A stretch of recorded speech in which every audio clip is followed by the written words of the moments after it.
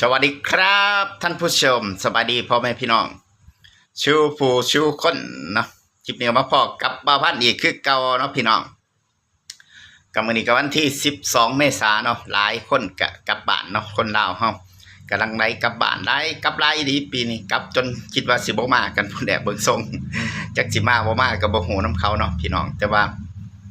เกิดประเด็นดราม่าเนาะพี่น้องอยู่ทางภาคใต้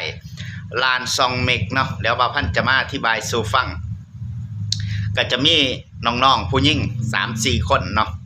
ออกมาเฮ็ดคลิปลงในช่องต่อว่าไสว่าฟรีค่าธรรมเนียมค่าวีซ่าเข้าออกประเทศว่าซั่นเป็นหยังคือได้เสีย 1,300 คือเก่าก็น้องก็เว้าบ่ได้ขยายความเนาะว่าจะกลับจักมื้อน้องนั้นมีเจตนาจะกลับบ้านจักมื้อเดี๋ยวจะอธิบายสู่ฟังเนาะหลายคนไปเบิ่งเขาเจ้าเว้าอยู่ตามช่องต่อต่างๆบางคนบ่เคยกลับบ้านแต่ก็ออกมาเว้านี่จากบ่าวพันธุ์นี่เคยกลับบ้านมาแล้วจะอธิบายสู่ฟังบ่าวพันธุ์เคยลงคลิปไปแล้วคลิปนึงแต่ว่าคลิป YouTube มันบ่รันคลิปมันบ่ดังสิเว้าสู่ฟังเนาะบางคนน่ะยังลงประเด็นอยู่เด้คนลาวเฮานี่บางคนนี่ย้ำว่าบางคนเป็นอีหยังที่เข้าใจยากมากๆย้ำเด้อทางการไทยเขาเจ้ามีนโยบายให้พี่น้องแรงงาน3สัญชาติลาวพม่ากัมพูชาเฮานี่กลับบ้านฟรีในช่วงสงกรานต์ครับฟังคำว่าฟรีนี่ฟรีค่าธรรมเนียมรักษาสิทธิ์บ่ต้องจ่าย 1,000 บาทนะบ่ต้องจ่ายเด้อเข้าออกบ่ต้องจ่ายคือบ่ต้องจ่าย 1,000 บาทแต่ว่าเฮาต้องกลับบ้านไปอยู่ในกำหนดที่เพิ่นกำหนดให้คือบ่าวพันธุ์ไปปีที่แล้วเพิ่นก็มีกำหนดให้ตั้งแต่วันที่1เมษายนจนไปฮอดวันที่15พฤษภาคมนั่นก็คือ45มื้อเนาะพี่น้องบ่าวพันธุ์ก็กลับมาตรงกำหนดเพิ่นก็บ่ได้เสียฟรีเมื่อ2คนผัวเมียเหลือเงินเมื่อ 2,000 ที่เพิ่นบ่ได้เก็บไปซื้อเสือหัวขาดได้ตั้งหลายดังนั่นคือข้อดีแต่ว่าน้องๆ3-4 คนที่เมื่อแล้วก็เฮ็ดคลิปลงต่อนั่นบอกว่าพากันได้เสีย 1,300 นั่นซอยมาอธิบายฟังแหน่ว่าเจ้ากลับจักมื้อน้องๆนั่นพากันกลับจักมื้อกลับอยู่ในกำหนดของเพิ่นบ่เพิ่นกำหนดให้45มื้อหรือว่าตั้งแต่วันที่1เมษายนจนไปฮอดวันที่15พฤษภาคมคันเฮาสิกลับเข้ามาประเทศไทยเกินวันที่15พฤษภาคมนั่นคือเฮาต้องเสียค่าธรรมเนียมรักษาสิทธิ์ใบอนุญาตทำงานอีหยังเฮาต่างๆเฮาต้องเสีย 1,300 ขาออกขาเข้าเสีย300คือเก่าทุกอย่างคือเก่าเบิดเพียงแต่เฮาไปอยู่ในกำหนดที่เพิ่นกำหนดให้ถ้าเฮาไป 2-3 เดือน 4-5 เดือนคือเฮาต้องเสียถ้าเฮาอยากกลับเข้ามาเฮ็ดงานเฮาต้องรักษาสิทธิ์ตรงจุดนั้นไว้ไปอนุญาตทำงานนั้นไว้เข้าใจตรงกันเนาะบ่าวพันธุ์นี่เชื่อว่าคนลาวเฮาบางคนนี่เข้าใจยากบ่ค่อยเข้าใจกับคำอธิบายของเขาเจ้าแต่ก็มีคนลาวเฮานี่หลายคนก็ออกมาเฮ็ดเรื่องราวพวกนี้ลงในช่องต่อนี่บางคนบ่เคยกลับบ้านก็ออกมาเฮ็ดมาเว้ามาให้ความรู้คนมันก็แฮงเว้าก็แฮงไปกันใหญ่เนาะพี่น้องบัดนี้ก็มีน้องคนหนึ่งเนาะว่า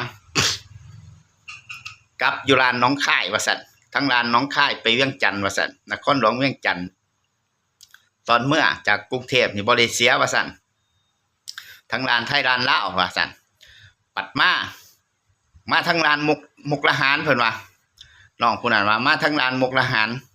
อยู่ร้านลาวเสีย200มาร้านไทยเสียอีก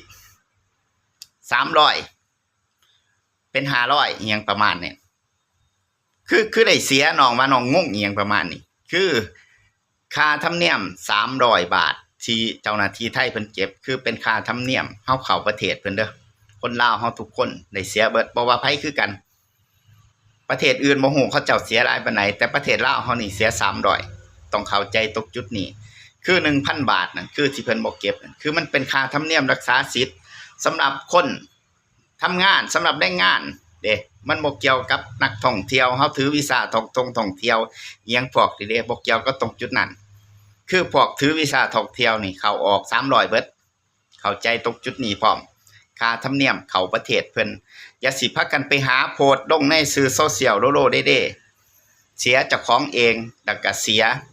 เจ้าหน้าที่เพิ่นพร้อมเจ้าหน้าที่อยู่หน้าร้านเพิ่นพร้อมคันเฮาบ่ฮู้ข้อมูลจริงๆเฮาอย่าไปหาโพสต์ลงโลๆเด้ว่าคือได้เสียคนเขาเว้าในออนไลน์คือว่าบ่ได้เสียจังซั่นจังซี่คันเฮาบ่ฮู้ข้อมูลจริงๆอย่าสิฟ้าวไปเว้าเด้อพี่น้อง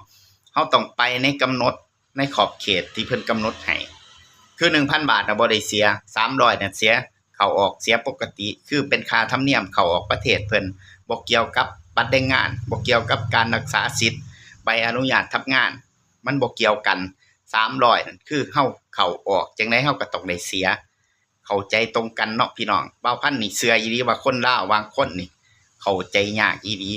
คันซุ่มเจ้าพากันเว้าไปโดๆเด้ๆนี่สิเข้าประเทศเพิ่นบ่ได้เด้เดี๋ยวเจ้าหน้าที่เพิ่นสิเฮ็ดให้ซุ่มเจ้าติดแบล็คลิสต์เข้าประเทศเพิ่นบ่ได้ตลอดชีวิตในข้อหาเว้าให้เพิ่นเสียชื่อเสียงเว้าให้เจ้าหน้าที่เพิ่นอีหยังพวกนี้เฮ็ดให้เพิ่นเสียหน้าเสียตาถ้าเจ้ามีข้อมูลที่ว่าเจ้าได้เสียจริงในกำหนดที่เพิ่นกำหนดให้อันนั้นเจ้าต้องเว้าขยายความให้มันละเอียดบัดนี้เจ้าหน้าที่ทั้งฝั่งไทยนี่เพิ่นมีหน่วยงานที่เพิ่นตรวจสอบข้าราชการเพิ่นอยู่แล้วถ้าเพิ่นนับดูมันเป็นนโยบายของรัฐบาลเพิ่นพู้นเด้ของรัฐมนตรีกระทรวงการต่างประเทศเพิ่นพู้นเด้เรื่องนี้บ่แม่นเรื่องน้อยๆเด้อย่าพากันหาเว้าโลดๆเด้เด้คนลาวเฮาบ่แม่นว่าอยากโพสต์หยังลงโซเชียลลง TikTok นี่ก็โพสต์อย่าพากันหาเฮ็ดเรื่องโลดๆเด้ขอให้เดินทางปลอดภัยให้เที่ยวปีใหม่สงกรานต์ให้สนุกสนานไปหาครอบครัวหาพ่อหาแม่ก็อย่าสิพากันไปเว้าเพื่อหาเรื่องหาราวโลๆเด้ได้เด้อต้องมีข้อมูลอิหยังสิมันชัดเจนไอ้ที่เขาเว้าให้คำแนะนำดีๆนี่บ่อยากฟังกันดอกไปหาฟังแต่ซุ่มที่จักเอาข้อมูลมาแต่ไสบ่เคยเมื่อบ้านจักเทื่อเก่ามาเว้าสู่ฟังนั่นพากันไปฟังดีแท้ๆอันที่ผู้เฮาเคยไปเคยมาเคยผ่านนี่เวลาเว้าสู่ฟังนี่บ่พากันอยากฟังดอกย่านได้ความรู้พากันไปฟังอีหยังก็บ่ฮู้บางคนเว้าอยู่ในช่องต่อๆน่ะบ่เคยเมื่อฮอดบ้านซ้ำมีแต่ว่าเขาเจ้ามีนโยบายให้กลับบ้านบ่ได้เสียกลับฟรีอยู่หั่นแหละพากันไปเว้าหลายคนมันก็คิดว่าฟรีทุกอย่าง300ก็บ่ได้เสียอีหยังประมาณนั้นมันก็เชื่อไปฮอดพุ่นเนาะบัดนี้มันก็ไปหา